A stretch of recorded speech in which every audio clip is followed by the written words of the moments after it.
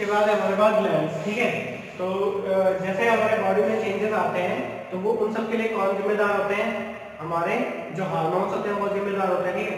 Testosterone, oestrogen, ठीक है। तो इस टाइप के हार्मोन्स क्या होते हैं उसके लिए जिम्मेदार होते हैं। और ये निकलते कहाँ से, ये निकलते हैं ग्लैंड से, ठीक है।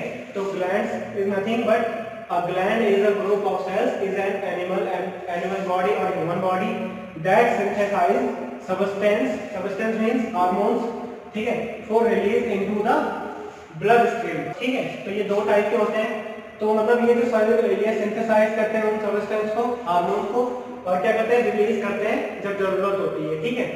तो अब बात करेंगे, ये दो टाइप के होते हैं, एक होता है एंडोक्राइन और एक होता है एक्सोक्राइन, ठीक है। तो एंडोक्राइन ग्लैंड्स क्या होता है, it release hormones directly into the blood and reach a body part called target site, ठीक है।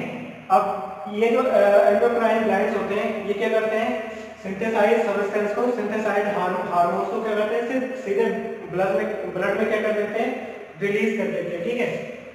फिर ब्लड तो हर बॉडी के हर पार्ट में जाता है, तो जहाँ पे टारगेट पार्ट होता है वहाँ पे जाके क्या हो जाता है, जहाँ पे इसकी जरूरत होती है वहाँ पे चले जाता है, ठीक है। जैसे कि हमारे पास एग्जांपल है hypothalamus and pituitary gland. Hypothalamus और पिट्यूटरी ग्लैंड क्या होता है, बस ये दिमाग में होते हैं हमारे, ठीक है। थायराइड ग्लैंड गले में होता है, और पैनक्रियाज एड्रेनल ग्लैंड, ठीक है। पैनक्रियाज और एड्रेनल ग्लैंड का होता है यहाँ अंदर होता है, ठीक है, पेट में। टेस्टिस का होता है जो मेल ऑर्गन होता है, रिप्रोडक्टिव ऑर्गन होता है, मेल रिप्रोडक्टिव ऑर्गन, वहाँ पे जो टेस्टिस होते हैं वही क्या होता है, टेस्टिस ग्लैंड होता है जो टेस्टोस्टेरोन रिलीज करता है। और ओवरीज फीमेल्स में होता है जो क्या करता है, एस्ट्रोजन को रिलीज करता है, ठीक है। एक्सोक्राइन ग्लैंड्स की बात करें तो ये क्या होता है, it release there secretion through ducts, ठीक है। तो ये अपना जो यहाँ पे जो हार्मोन्स होते हैं ये क्या करता है, इनको डक्ट्स के थ्रू क्या करता है, भेजता है। जैसे कि हमारे स्वेट ग्लैंड्स हो गए, ऑयल ग्लैंड्स हो गए, और स्लाइवरी ग्लैंड्स क्या होता है, जो आपने देखा होगा खाना खाते हुए, जो जब हम खाने को चबाते हैं, जब हम एक मील को क्या करते हैं, क्रश करते हैं अपने दांतों से, तो वो क्या होता है, एक स्लाइवा से क्या हो जाता है, पूरा गिर जाता है, ठीक है। तो वो कहाँ से आता है, स्लाइवरी ग्लैंड्स आता है थ्रू डक्ट, ठीक है। ऑयल ग्लैंड है, फेस पे आपने देखा होगा ऑयल रहता है, ठीक है। स्वेट भी क्या होता है, डक्ट से आता है, ठीक है। अगर ये ब्लड के साथ रहते हैं तो ब्लड भी तो बाहर आता है, ठीक है। ब्लड भी क्या होता है, बाहर आता है इनके साथ, बट ये क्या है, डक्ट्स के थ्रू आते हैं, पाइप के थ्रू आते हैं, जिनमें ब्लड फ्लो नहीं होता है, ठीक है। इसके बाद नेक्स्ट टॉपिक में बात करते हैं। इसके बाद है हार्मोन्स, ठीक है। तो हार्मोन्स क्या होते हैं, हार्मोन्स आर केमिकल मैसेंजर्स। ये केमिकल मैसेंजर होते हैं जो क्या करते हैं, मैसेज को पास करते हैं थ्रू ब्लड, ठीक है, of the body which secreted by endocrine glands, ठीक है। ये सिर्फ एंडोक्राइन ग्लैंड से हार्मोन्स निकलते हैं। जो एक्सोक्राइन होते हैं उनसे क्या निकलता है, स्वेट, उनसे स्वेट हो गया, ऑयल हो गया, और क्या निकलता है, तीसरी चीज क्या है, स्लाइवा, ठीक है। उनसे हार्मोन्स नहीं निकलते, हार्मोन्स सिर्फ किससे निकलते हैं, एंडोक्राइन ग्लैंड से, ठीक है। अब दो फैक्ट इसके बारे में, it act on target organ और cell usually away from source of secretion. अब ये जो हार्मोन्स हैं ये क्या करते हैं, उस ऑर्गन को टारगेट करते हैं जो क्या होते हैं, जो सोर्स ऑफ सेक्रेशन से बहुत दूर होते हैं, ठीक है। Over secretion under secretion of hormone by endocrine glands leads to disorders, ठीक है। अगर ओवर सेक्रेशन हो जाए हार्मोन का, या अंडर सेक्रेशन हो जाए मतलब ज्यादा मात्रा में बन जाए या कम मात्रा में बन जाए या रिलीज हो जाए, ठीक है, तो उससे क्या होता है, कुछ डिसऑर्डर्स होते हैं। तो यहाँ पे मैंने कुछ हार्मोन्स हैं उसके डिसऑर्डर्स लिखे हुए हैं।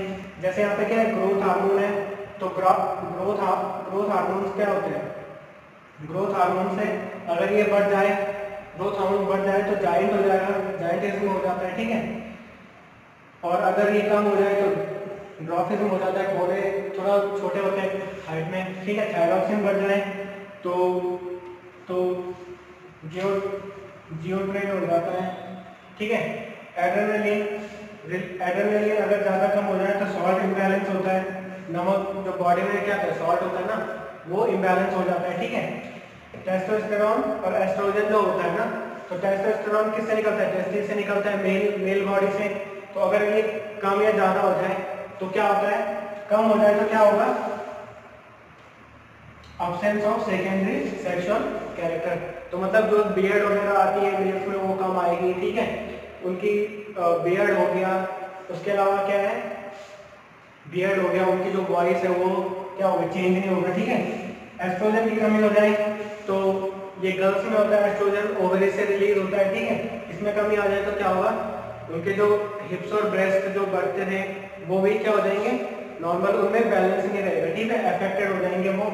इंसुलिन अगर बढ़ता है, इंसुलिन अगर बढ़ता करता है तो डायबिटीज होता है, ठीक है। तो इसी तरीके से क्या है, इनके बारे में डिटेल में आप 10th में पढ़ोगे। ये सिर्फ नॉर्मली मैंने बताने के लिए हार्मोन और उनके डिसऑर्डर बताए, ठीक है। तो ये चीजें, ये अफेक्ट होता है अगर हार्मोन क्या हो जाए, ज्यादा रिलीज हो जाए या कम रिलीज हो जाए, ठीक है, उससे भी इफेक्ट पड़ता है बॉडी पे। इसके बाद नेक्स्ट टॉपिक पे चलते हैं। लास्ट टॉपिक है हमारे पास पिट्यूटरी ग्लैंड, ठीक है। तो पिट्यूटरी ग्लैंड कहाँ होती है? हेड में होती है, मस्तिष्क में होती है, ठीक है, और माइंड में होती है।